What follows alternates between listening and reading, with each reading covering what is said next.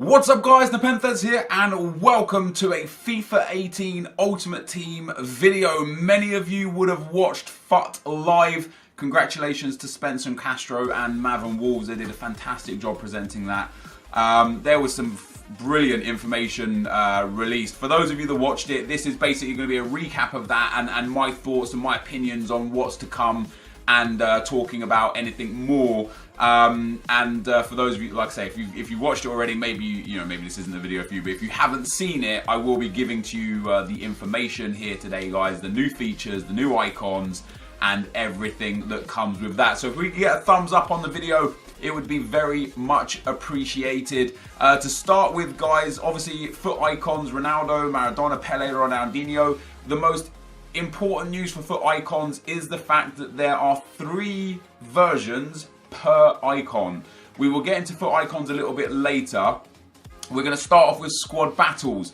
Compete and earn rewards in the all-new single-player squad battles. Take on other squads from the FUT community to earn rewards and move up the leaderboards. In the featured squad battle, you can also challenge the squads of football players, pro FIFA players and celebrities to test your skills and build your team. And the screenshot you can see on the screen right now is what squad battles is going to be. They showed a clip of it on the actual, on FUT Live, and it showed that there will be 4 new squads per time. It's kind of like a daily knockout in the sense that sometimes it's 1 day, 4 days. It looked like on the actual FUT Live show that it was 3 days left, but that doesn't necessarily mean it's always going to be 3 or 4 days. They kind of indicated that it would be a weekly thing through FUT Live. The idea is that you play against those 4 squads or the featured squads, and the higher the difficulty you play at the offline level, so beginner, amateur, semi-pro, professional, legendary, ultimate, world-class, etc., will generate you more points. The more points you get, the higher up the leaderboard you get. And as you can see, it's, the silver one right there is 1,500 points. It scales up, and top 100 is 5,000 points. I don't actually believe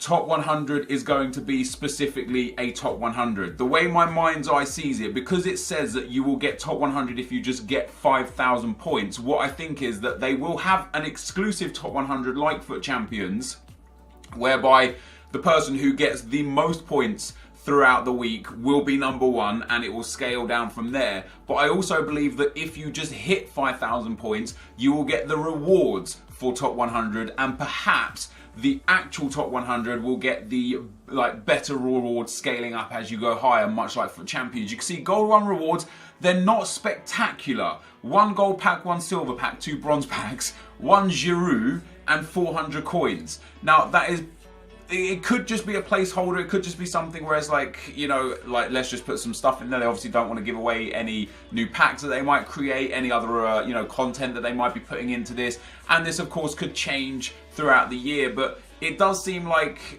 the rewards will be scaled down, and understandably so, because it is an offline game mode. That makes perfect sense. But I do think that this game mode will be special. I'm not a big fan of offline play. You guys who know me well, know that I hate playing against AI. However, when there are rewards on the line, I will play against the AI. I will put myself through it, and it will probably make me a better player for it as well. But there you go, guys. That is the first feature. Next is the pack openings. There are some brand new walkout animations. The pack opening animation is brand new. We're going to click play here. I don't know what the volume is going to be like.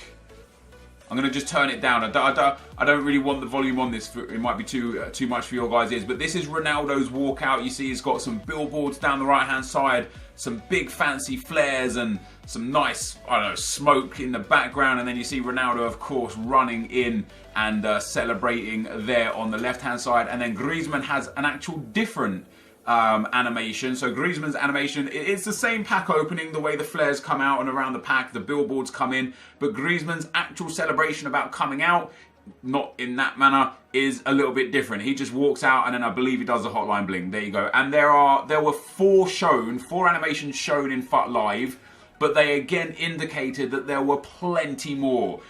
So the pack opening stuff, I mean, although it looks great, and I credit to EA, they've changed it up, they've taken the walkout animation from this year, they've made it much, much better.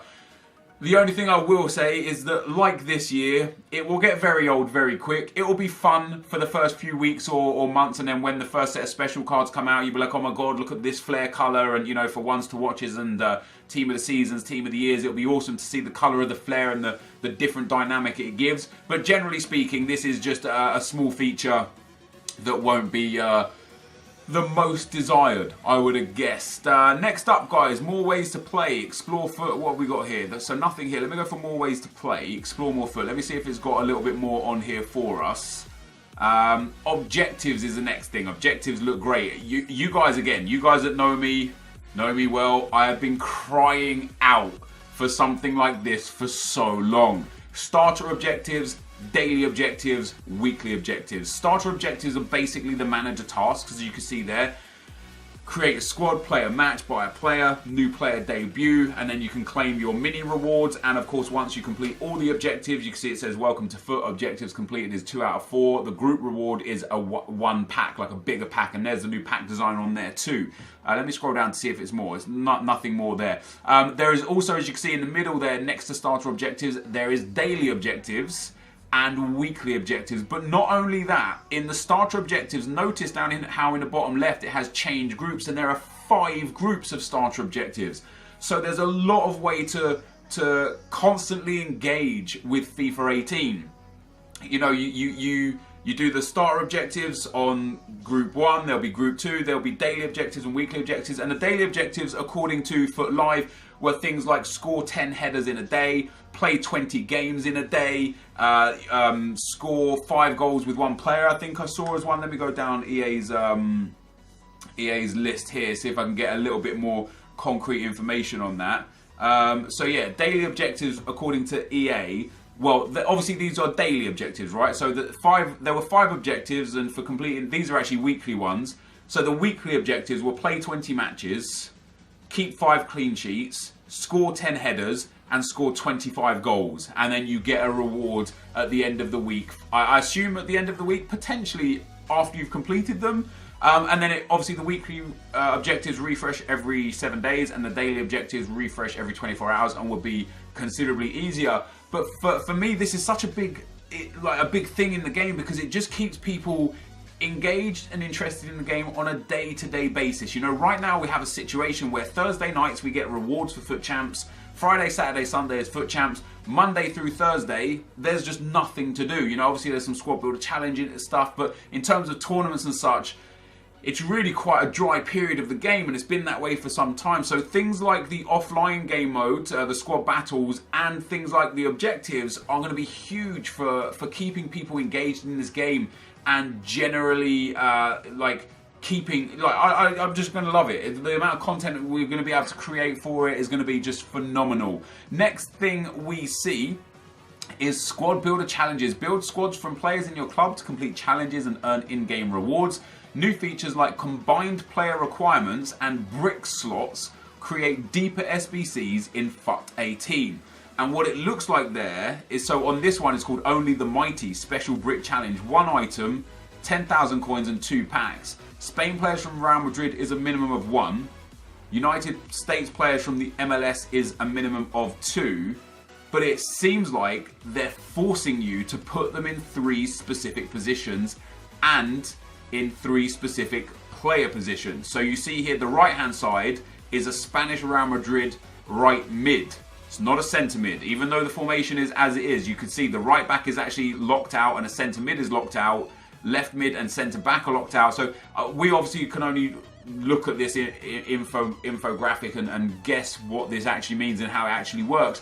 But by looks of things is that the lock on the left mid means no left mids. I don't know how they'd actually manage to do that if that's true, but that could potentially be a scenario how that works. But you've got 2 strikers open, a centre back and a goalkeeper open, but then you have to get a cam, a right mid and a cam from MLS and Real Madrid. Team chemistry exactly 100. That again just makes it feel a bit weird, because I don't think this is the right thing. Number of players in the squad is 7. You can only have maximum of 10 chemistry, so that would only be 70 chemistry, unless it already counts these ones as chem, and that I don't know. I'm just speculating here, but by looks of things, they are deepening the kind of use of SBCs, and that's great. That's going to make them far, far more interesting. Champions Channel now, this is huge news. The saddest part for me about FUT Champs reveal was the fact that it is still called the Weekend League, which means unless they change the number of games or some specific time slots within the Weekend League, you know, maybe instead of Friday at 7 a.m. till Monday at 7 a.m, it will change from maybe Thursday evening till Monday afternoon. Unless they change that, it seems like it's going to be the same, you know, the same amount of games. There was no information given on games changing. There was no information given on dates or times changing. The only thing that they talked about really with FUT Champions was the Champions Channel. Watch full match replays from the top players in the world competing in the Weekend League. Control playback and cameras through the matches of your favourite pro players to learn how they play and raise your game. And this is amazing. It gave the impression, in my opinion, that anyone can record their games and put them onto the Champions Channel. So I can play my 40 Weekend League matches, I can put them all onto the my Champions Channel, then you guys could go in and watch my games in detail. But not only you guys, what this would be awesome for me would be like, if you can like record essentially your own games, you can then go back and watch what you did wrong, how it went wrong, and look at it from an objective point of view rather than from a point of view where you feel like the game is against you, or you feel like you did the right thing but you didn't have time to really adjust or see. If it is a situation where you can record all of your own games, it will be great. If it is a situation where it's EA hand-picking games to put into the Champions Channel, it won't be as great as for the sense of being able to watch your own games back, but it will be great to watch exactly what the pros do every minute of the game. That will be huge in helping people advance from one stage to the next during their FUT Champs career, which is awesome. More FUT kits for pre-ordering. The kits look good and you can play FUT anywhere now. They have allowed now SBCs will be on the web app and the companion app, and just in general they've got the Switch as well. I think has I think the Switch also has some stuff there. So next up, guys, is the icons. Introducing icons. Now there are so many more icons introduced. There are icon stories, which is the players, you know, just looking at the players and their careers and stuff. But as I mentioned before, they have got new icons. Is there no way to look at all the icons? See the icon ratings. There we go. So all the new icons have 3 versions each. Ronaldo, one from 1994, one from 1997, and one from 2002. And one of them will be the prime version, then a younger version, then an older version. So the prime version of Ronaldo was during 1997. Ronaldo has a 90 rated card, a 94 rated card, and a 96 rated card. And according to the FUT Live team, they will have the specific facial images and hairstyles and stuff that are representative to that card. So it won't just be a generic Ronaldo that's the same. If you have the 90 Ronaldo, you will see that small afro hairstyle. If you have the 94 Ronaldo, you will see that very peculiar front of head only hairstyle as the character model, which is great. What's really interesting about this is that some of the lower rated cards have better stats in specific areas. For example, the 90 rated Ronaldo is faster than the 94 rated Ronaldo, but not by much.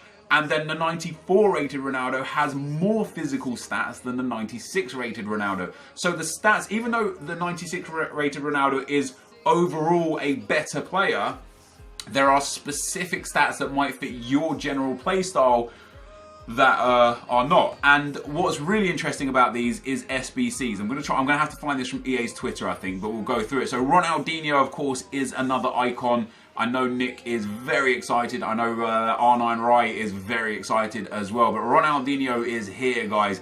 89 cam Ronaldinho, 91 cam Ronaldinho, and 94 left forward Ronaldinho. And let me say, all 3 of them look exceptional. I do think this one from 2004, which I assume is his Barcelona Ronaldinho card, that is just unreal. Imagine a Hunter Chem style on that. 99 pace, 99 shooting, 94 dribbling, and 91 passing. He's going to be an exceptional player very early on. Diego Maradona has a 97 rated, a 95 rated, and a 91 rated card.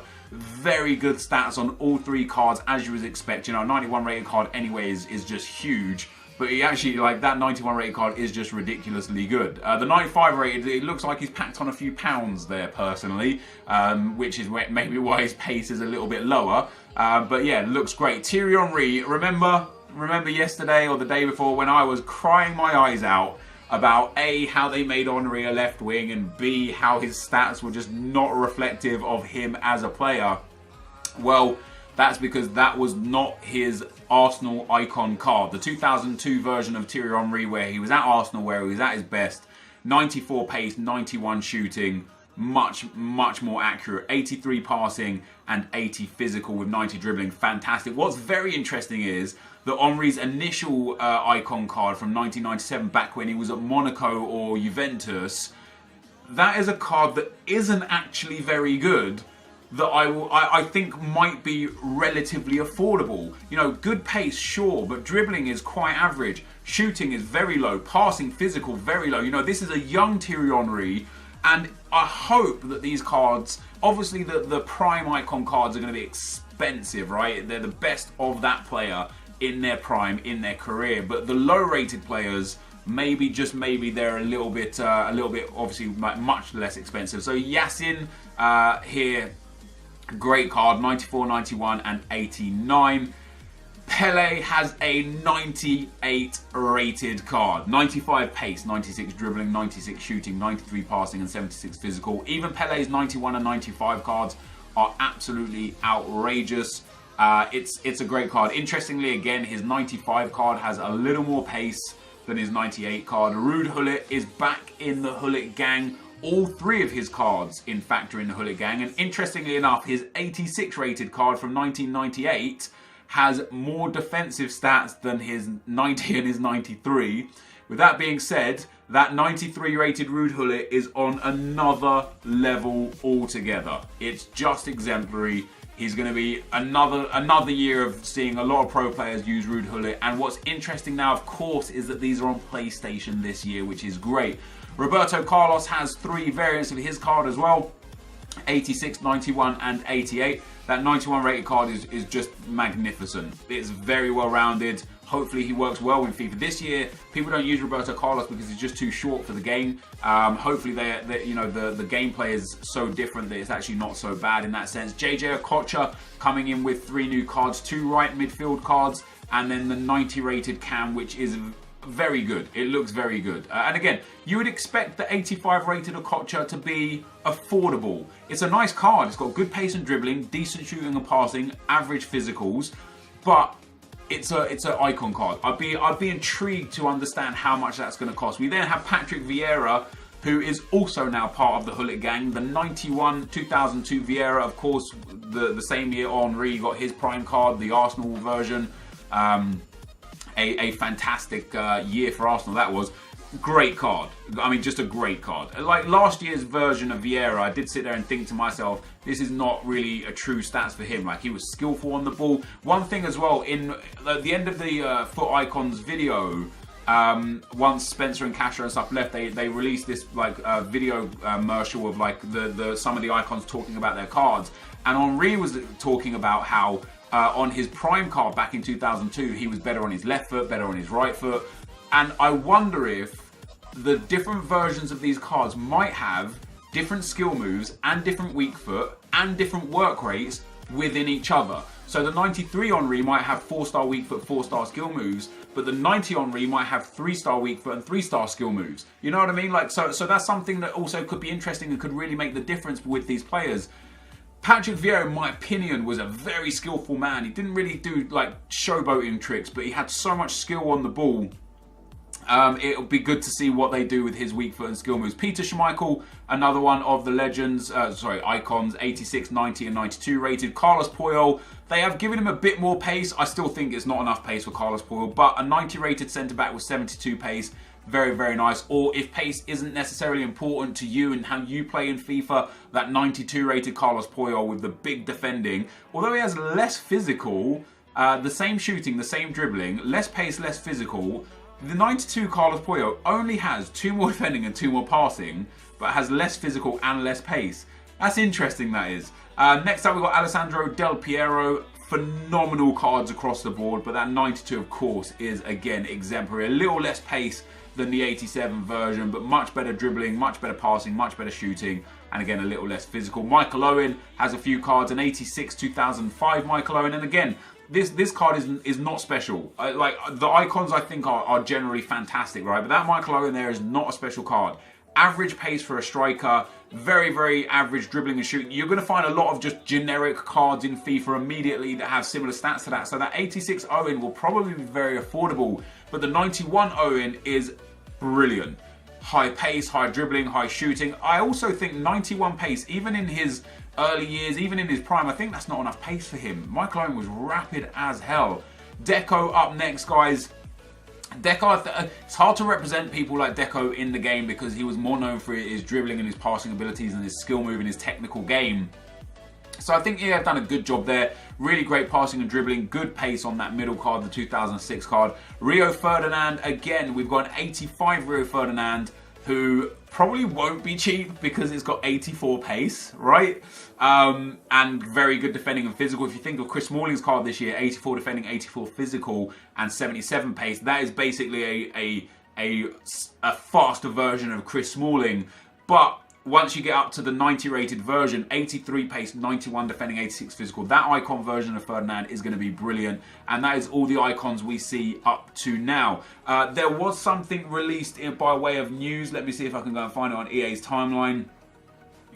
So there will be SBCs for icons. I don't remember exactly where it is. Maybe I'll do a specific video on that differently. But guys, that is going to be the end of the video here. Let me go to Team of the Week. I don't know if there was some... no, see, this is back to FIFA 17. There was some news on ones to watch players as well that don't seem to be here. Let me see if we can go through it real quick and have a look. So there's nothing here. So the first 5 one to watch cards were announced. And those first 5 one to watch cards were... They were James Rodriguez at Bayern, Romelu Lukaku at Manchester United, Lacazette at Arsenal, Bonucci at Milan, and Costa at Juventus, of course. So the first 5 one to watch items have been announced. Lots more FIFA 18 information to come. There's still 7 weeks until FIFA 18 is released. I don't know how I'm going to be able to wait that long to get my hands on this game and play it. I'm very, very excited. It's going to make FIFA 17 very difficult to play over the next couple of months. This, though, guys, is going to be the end of the video. If you did enjoy it, be sure to leave a like, rating, comment, and subscribe to my channel if you haven't already. But for now, guys, I'm out. Peace.